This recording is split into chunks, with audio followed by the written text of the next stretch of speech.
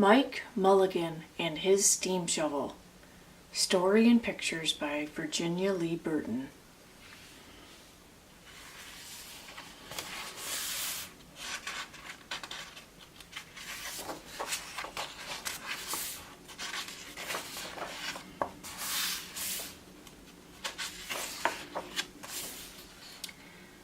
Mike Mulligan had a steam shovel, a beautiful red steam shovel. Her name was Mary Ann. Mike Mulligan was very proud of Mary Ann. He always said that she could dig as much in a day as 100 men could dig in a week, but he had never been quite sure that this was true.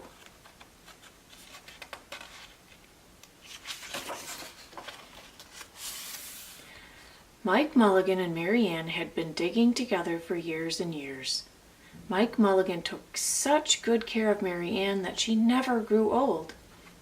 It was Mike Mulligan and Mary Ann and some others who dug the great canals for the big boats to sail through.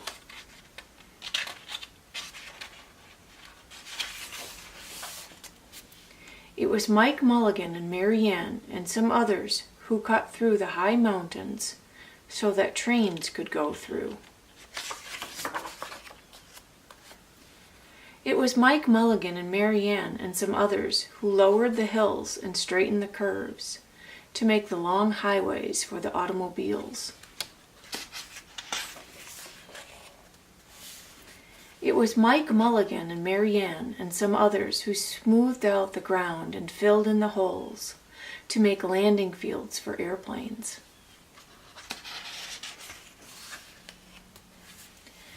And it was Mike Mulligan and Mary Ann and some others who dug the deep holes for the cellars of the tall skyscrapers in the big cities. When people used to stop and watch them, Mike Mulligan and Mary Ann used to dig a little faster and a little better. The more people stopped, the faster and better they dug. Some days they would keep as many as 37 trucks busy taking away the dirt they had dug.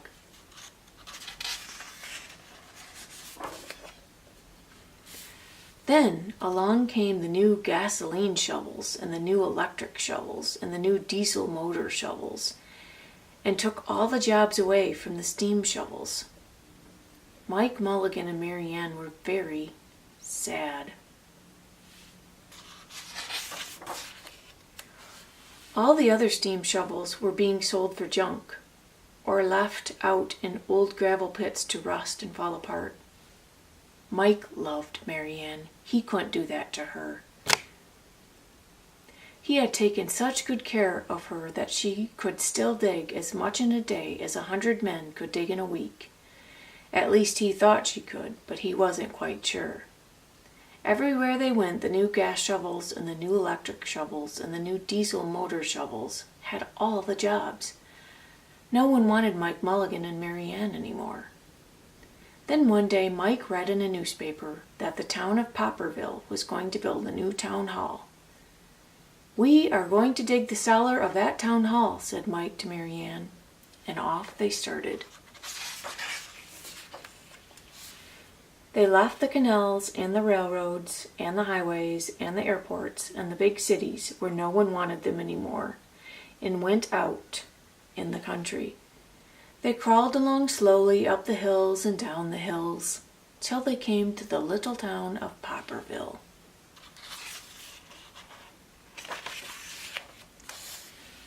When they got there, they found that the select men were just deciding who should dig the cellar for the new town hall.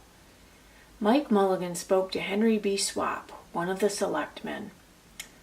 "I heard," he said, "that you are going to build a new town hall. Mary Ann and I will dig the cellar for you in just one day." "What?" said Harry B. Swap. "Dig a cellar in a day? It would take 100 men at least a week to dig the cellar for our new town hall." "Sure," said Mike, "but Mary Ann can dig as much in a day as 100 men can dig in a week." Though he had never been quite sure that this was true. Then he added, "If we can't do it, you won't have to pay." Henry B. Swap thought that this would be an easy way to get part of the cellar dug for nothing.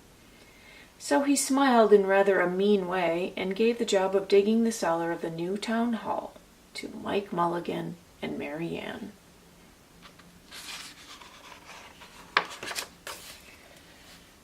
They started in early the next morning, just as the sun was coming up. Soon a little boy came along.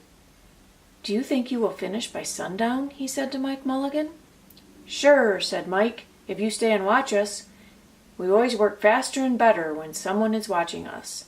So the little boy stayed to watch.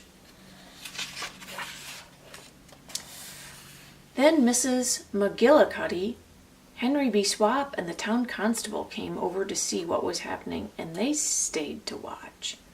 Mike Mulligan and Mary Ann dug a little faster and a little better. This gave the little boy a good idea. He ran off and told the postman with the morning mail, the telegraph boy on his bicycle, the milkman with his cart and horse, the doctor on his way home, and the farmer and his family coming into town for the day, and they all stopped and stayed to watch. That made Mike Mulligan and Mary Ann dig a little faster and a little better. They finished the first corner neat and square. But the sun was getting higher. Clang, clang, clang! The fire department arrived. They had seen the smoke and thought it was a fire. Then the little boy said, "Why don't you stay and watch?" So the fire department of Popperville stayed to watch Mike Mulligan and Mary Ann. When they heard the fire engine, the children in the school across the street couldn't keep their eyes on their lessons. The teacher called a long recess, and the whole school came out to watch. That made Mike Mulligan and Mary Ann dig still faster and still better. They finished the second corner neat and square, but the sun was right up in the top of the sky.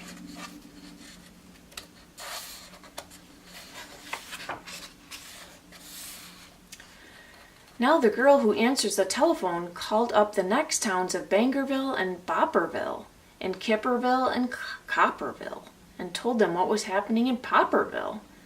All the people came to see if Mike Mulligan and his steam shovel could dig the cellar in just one day. The more people came, the faster Mike Mulligan and Mary Ann dug. But they would have to hurry. They were only halfway through, and the sun was beginning to go down. They finished the third corner neat and square.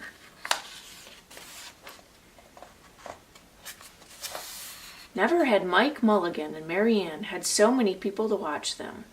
Never had they dug so fast and so well. And never had the sun seemed to go down so fast. "Hurry, Mike Mulligan, hurry, hurry!" shouted the little boy. "There's not much more time." Dirt was flying everywhere, and the smoke and steam were so thick that the people could hardly see anything. Bing, bang, crash, slam, louder and louder, faster and faster. Then suddenly it was quiet. Slowly the dirt settled down, the smoke and steam cleared away, and there was the cellar, all finished. 4 corners, neat and square, 4 walls, straight down, and Mike Mulligan and Mary Ann at the bottom. And the sun was just going down behind the hill. "Hooray!" shouted the people. "Hooray for Mike Mulligan and his steam shovel! They have dug the cellar in just one day."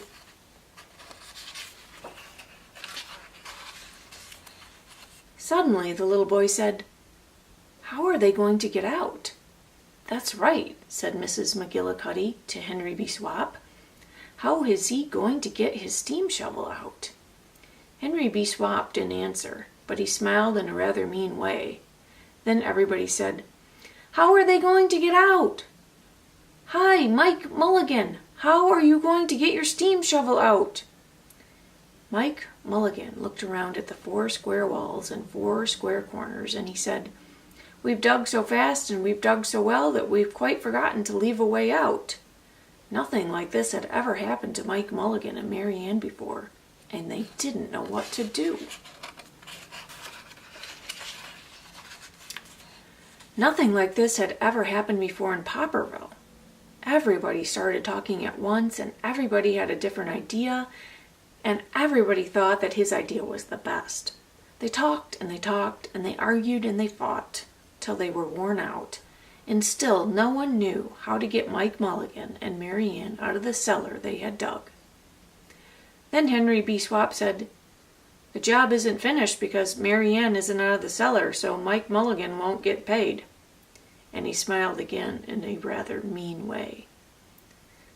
Now the little boy, who had been keeping very quiet, had another good idea. He said, "Why couldn't we leave Mary Ann in the cellar and build the new town hall above her? Let her be the furnace for the new town hall, and let Mike Mulligan be the janitor. Then you wouldn't have to buy a new furnace, and we could pay Mike Mulligan for digging the cellar in just one day."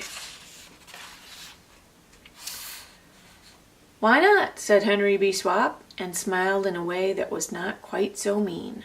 "Why not?" said Mrs. McGillicuddy. "Why not?" said the town constable. "Why not?" said all the people. So they found a ladder and climbed down into the cellar to ask Mike Mulligan and Mary Ann. "Why not?" said Mike Mulligan. So it was decided, and everybody was happy. They built the new town hall right over Mike Mulligan and Mary Ann, and it was finished before winter. Every day the little boy goes over to see Mike Mulligan and Mary Ann, and Mrs. McGillicuddy takes him nice hot apple pies. As for Henry B. Swap, he spends most of his time in the cellar of the new town hall, listening to the stories that Mike Mulligan has to tell, and smiling in a way that isn't mean at all.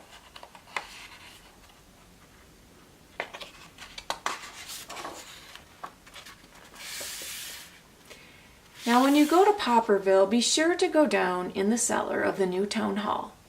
They'll be Mike Mulligan and Mary Ann, Mike in his rocking chair smoking his pipe, and Mary Ann beside him warming up the meetings in the new town hall.